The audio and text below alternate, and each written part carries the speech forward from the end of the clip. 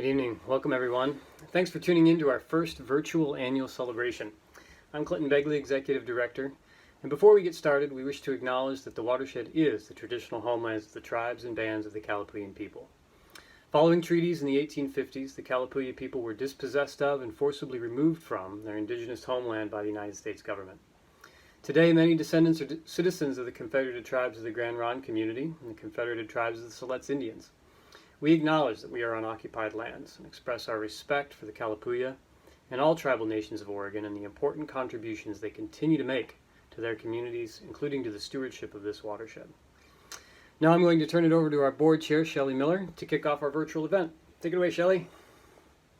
Thank you, Clinton, and thanks to all of you for joining us tonight for the 2020 annual celebration and fundraiser.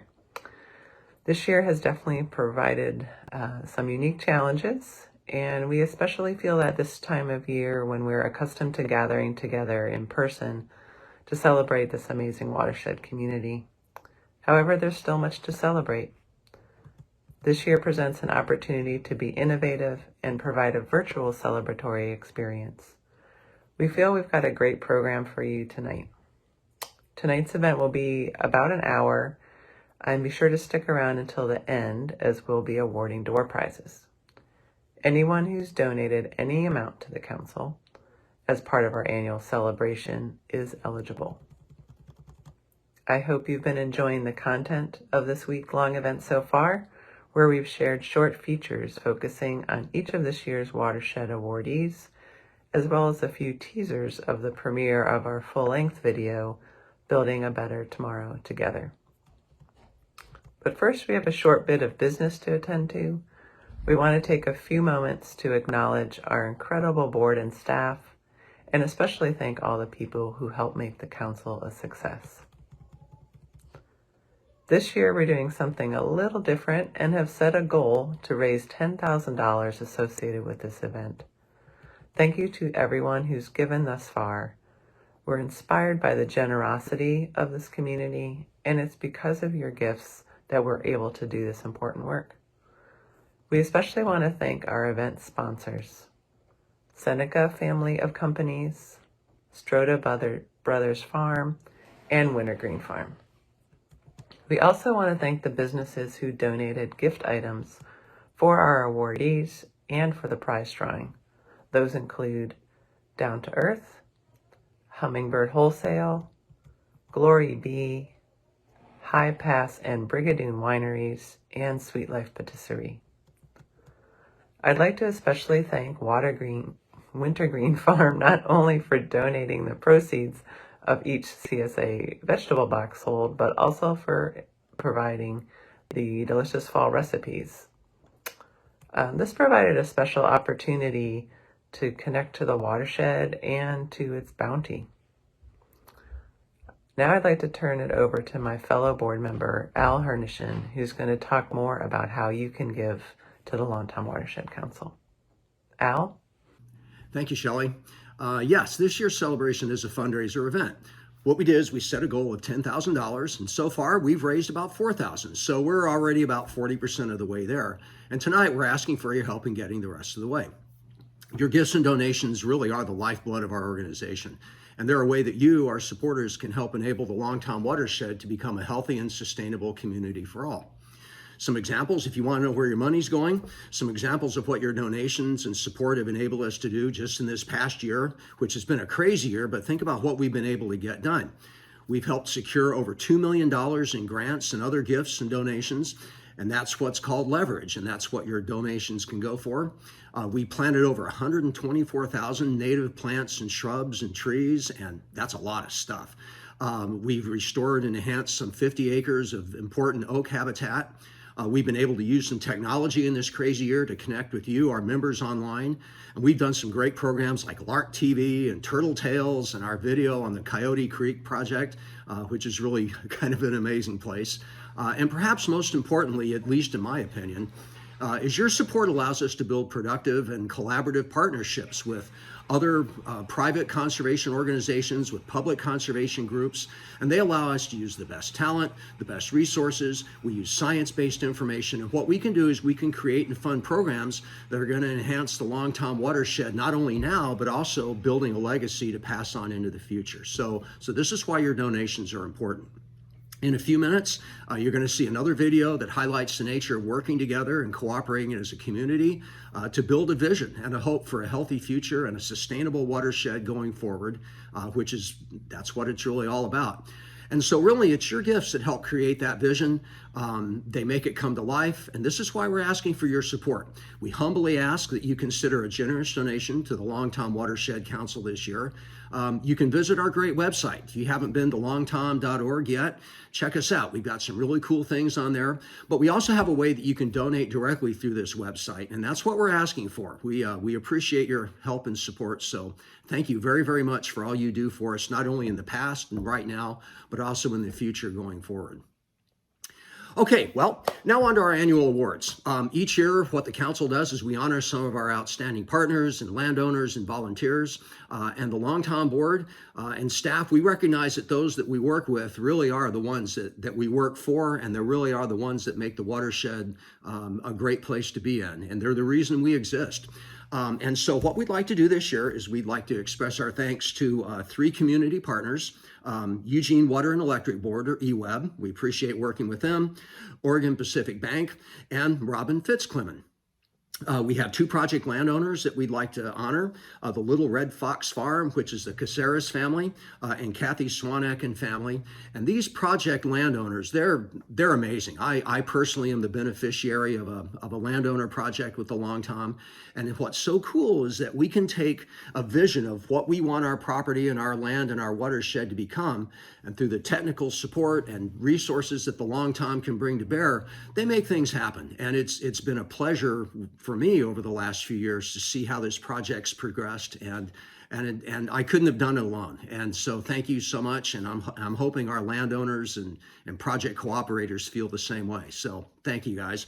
And then also our project coordinator and contractor of the year is Grahm Trask of Trask Design and Construction. And they're great to work with, and we appreciate their efforts. We've already highlighted these awardees in our earlier pregame slideshow, and so hopefully you had a chance to see them. But if you didn't, once again, please go to our website, longtom.org, and while you're there making your donations, wink, wink, please check them out as well, and you can find out more about these people that are so great to work with. So we thank all of our awardees and all of us that have worked with us once again, not only in the past and this year, but we look forward to more cooperative ventures in the future. So thank you very much, you guys. You are very much appreciated, and we're glad we could honor you. All right, another thing I'd like to do is, while I have you, we need to recognize the staff of the Long Tom. These are the people that they take your gifts and donations. As board members, we sort of come up with the ideas of how we move forward and what we can do to make these things happen. But it's these people, it's the staff that really truly work to make this an amazing place. And they are the ones that are the boots on the ground that really do make all these visions and dreams come to life. And so we really do need to take a minute to honor and thank them. The following people, they are the staff. And you probably know a lot of these people already, but if you don't, trust me, they're good to work with.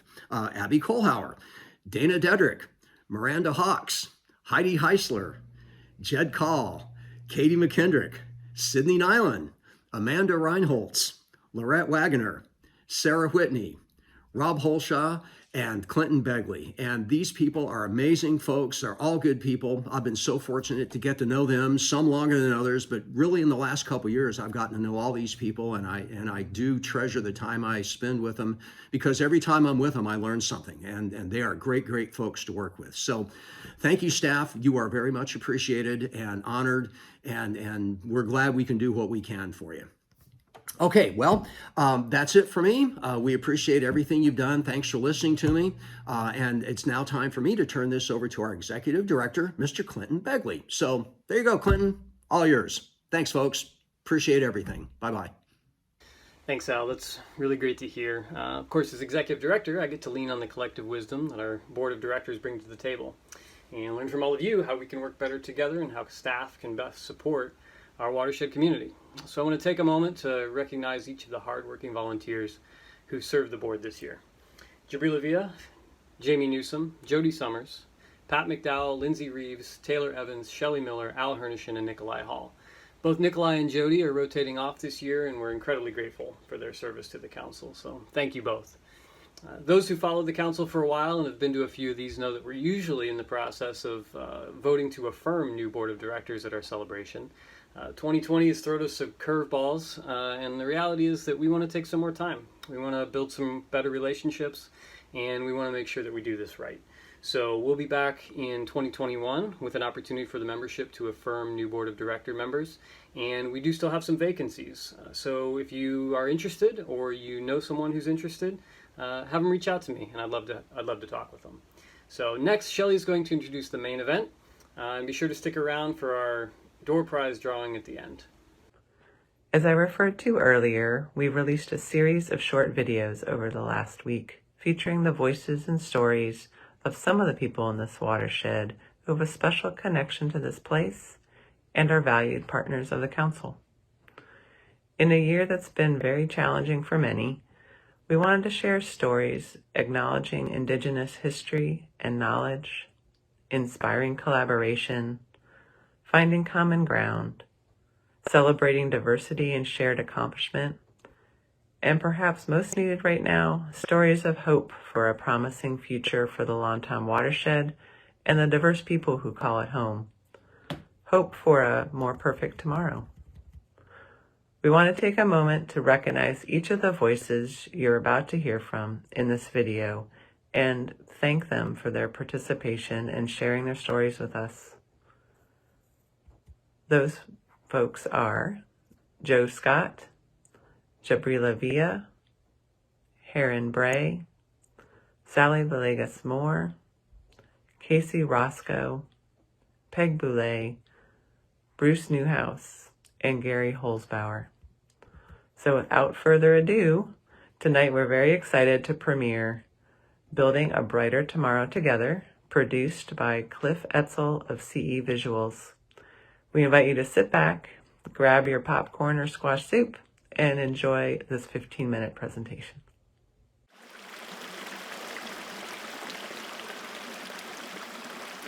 Well, first I'd like to begin with taking a moment to acknowledge that this is the ancestral homeland of the Kalapuya. And that's a strong connection here for a lot. My connection to the land, the bones of my ancestors are buried in this ground, so I am this land. My ancestors are from the Upper Rogue Valley, and as a tribal person, we were forced off our homeland and onto the Siletz Reserve. So that's one of my primary connections. I grew up on the Siletz River with my father, and ironically, I live right across the river from where the Long Tom flows into the Willamette River. So my connection to the watershed is I could throw a rock at it across from my house. The beauty and diversity and abundance of the Long Tom Watershed is not here by accident. It's here because of an ancient heritage of Indigenous people tending these places. And it's special to me that much of the heritage of diversity and abundance and beauty still exists here. And we owe that in gratitude to the Indigenous people who have tended this place for a long time. And the most important thing I think I've learned is that the landscape in the watershed is incredible, and humans are part of that landscape, and we need to be responsible for our part. So what's special about the Long Tom Watershed is that it is full of unique and important and wonderful communities. Plant communities, animal communities, and human communities. What's special to me about the Willamette Valley and the Long Tom Watershed, drinking water, part of our habitat. What's special to me about the Long Tom Watershed is that this place is a beautiful and unique example of this Willamette Valley ecosystem, a network of upland oaks and meadows and lowland wet prairies. And there's a lot of intact ecosystem here with really ancient roots. What I'm most passionate about as an educator is really about connecting humans with the land. What jazzes me the most is discovery, I think, of all the diversity that's out on a site like this one and lots of other sites. Finding the vegetation and the animals and the mushrooms that have been here in some form for many thousands of years, and hopefully finding some new ones even in there is really exciting. It's very exciting. And then seeing it all, how it all works together.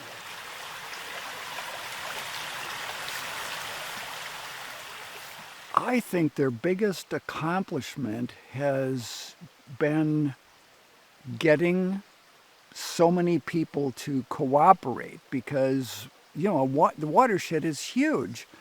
And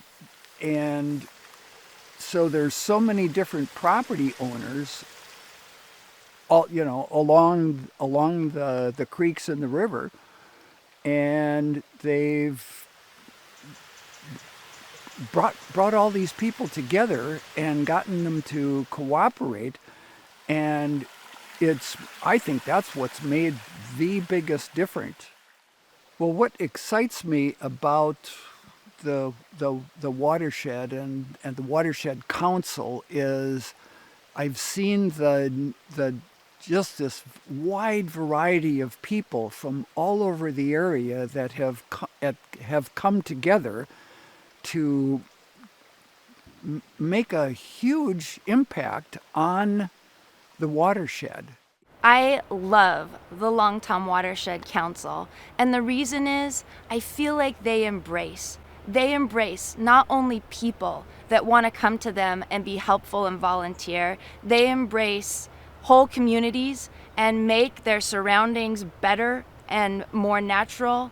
And they embrace current situations and try to understand what people are trying to accomplish with land and help them do that while still remaining true to nature. I think there's a recognition that we're all connected, and there's a concerted effort to make it all work better with synergy. One of my favorite parts of the watershed and the Watershed Council is how it plays a role in the community and works with its stakeholders and coming together to identify shared goals and responsibilities. The Long Tom Watershed Council weaves relationships between a bunch of different kinds of people that all care about this place. So I think that's really special. And I've seen the Long Tom Watershed Council build relationships with just unique and wide-ranging groups of people, tribes, Native people, youth, landowners, business owners, recreators, other conservation groups. And I think that the initiative and the creativity and the commitment that it takes to do that is really phenomenal. What I'm most proud of in the Watershed Council is the tribal engagement and working with the Native youth, the tribal youth. As a landowner, I'm most proud of the work we've been able to accomplish and the improvements that we've made that have not only enhanced how our property looks, that's a nice thing, but improving the area along the creek, improving the water quality, lowering the temperature of the water, the resurgence of the wildlife along the creeks and in the creeks has just been very satisfying to us. Two of the exciting things for me is just a large picture thing and a smaller picture example.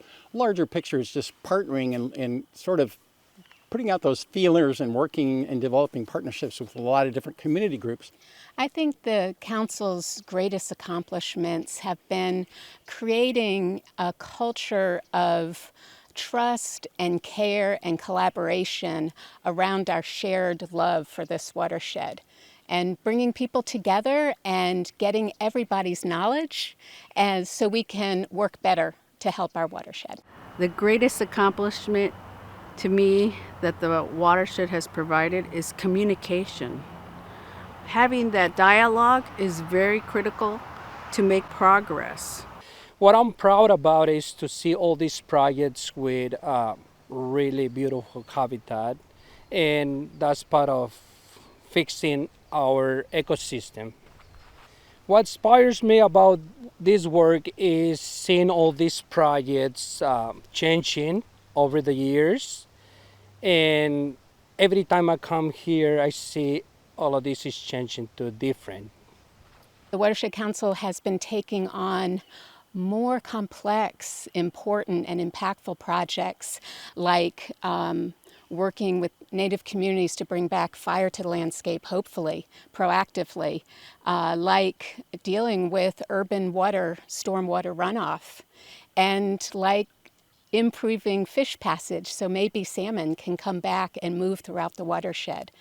The Watershed Council has never lost its sight of the roots of water quality and fish habitat, but is always asking what's next? What do our communities need? For future generation, I want them to continue with this type of work.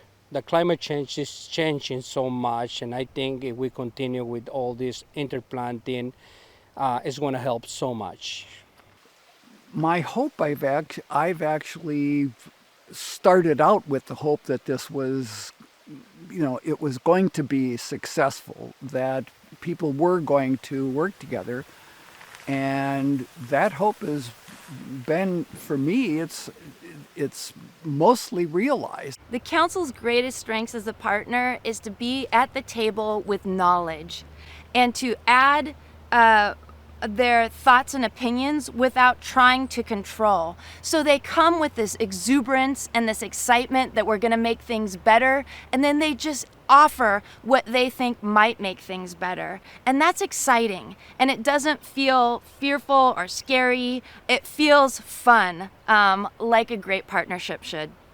What is inspiring of the council is how it can grow and expand and reach to various communities. It also is an example to other watershed councils because they've been together for a very long time. The greatest strengths of the Watershed Council is being able to expand their vision when there are interests from the community, its stakeholders. An example of that is that they're working closely on prairie restoration. When I think about the watershed and gives me hope is the future of their ideas and collaboration with so many different partners involved. In working with the Long Tom Watershed as a partner, the strengths that I see in the organization are that the Watershed Council has a wide array of relationships already established, so it's easy to step in and be part of an already existing network of people who care about the land. And the Watershed Council also has done a lot of the legwork with finding special places and connecting with landowners who want to connect with other community members to take care of that land. My vision of the future of the watershed and my hopes for the watershed is that we can all work together. There's a lot of different people in the watershed. We've got the timber industry, we've got farmers, we've got conservationists, we've got a whole slew of people, and variety is important. It's so important. Diversity is important. But what's most important is that we listen to each other, respect each other, and find our common goals. So my vision for the future is watching the development of a landscape that provides for the people who are a part of it. Something that really gives me hope for the future of the watershed is the re-engagement of the people who managed it so well for 10 or 20,000 years before our culture started managing it. So I think it's really important that they be given a voice, and not just a voice, but actually be listened to and use their techniques on the landscape. When I think about the future of the Long Tom Watershed, my excitement really comes from also looking at what's happened in the past. And so I think about where we are now. At this point in history, we've come through a time where this land has been tended for thousands of years by indigenous people and cared for really well. As the natural processes of fire and other management activities from indigenous people have co-evolved with the plants and the land here. I think the community and the council both are responsible for acknowledging that indigenous people have occupied this place since the beginning of time, and that we have developed a relationship with this place in that period of time that is irreplaceable and cannot be duplicated with scientific methods, and that indigenous people need to be included in conversations and should be the ones to start those conversations when they happen. What gives me hope for the watershed is how much people care. Our challenges are increasing, from invasive species to climate impacts on everything from irrigation to salmon. But by coming together, we can rise to these challenges. And I think the Watershed Council provides us the framework for us to do that. I think what's special about the Long Tom Watershed is that it's the lifeblood of our community. That water originates outside of our area and then runs through it and then out. And I feel like it's our responsibility, as we have the stewardship of it as it's running through the area that we can control. We are a part of this place, and this place is a part of us. And as such, we belong here. Taking care of this land is all of our responsibility, and that everybody has an opportunity to change that relationship from one of domination to one of cooperation and collaboration. And so I see our movement growing, and I see the future of this watershed as very hopeful. The greatest thing that excites me about the future of the watershed is that there's a tremendous amount of effort being put toward understanding. Not only understanding of what could be, but understanding of what has been in past cultures and in past ecology. And so I think that what is so exciting about the future is to marry what has been with the technology of what could be and see if there's a more perfect tomorrow.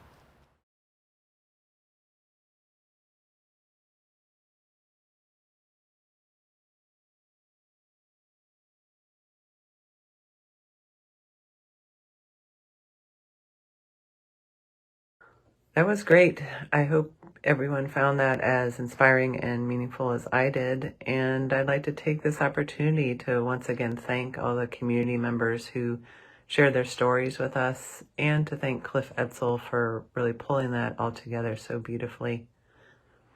I'd also like to take this final opportunity to echo what Al said and encourage you to give generously to the council.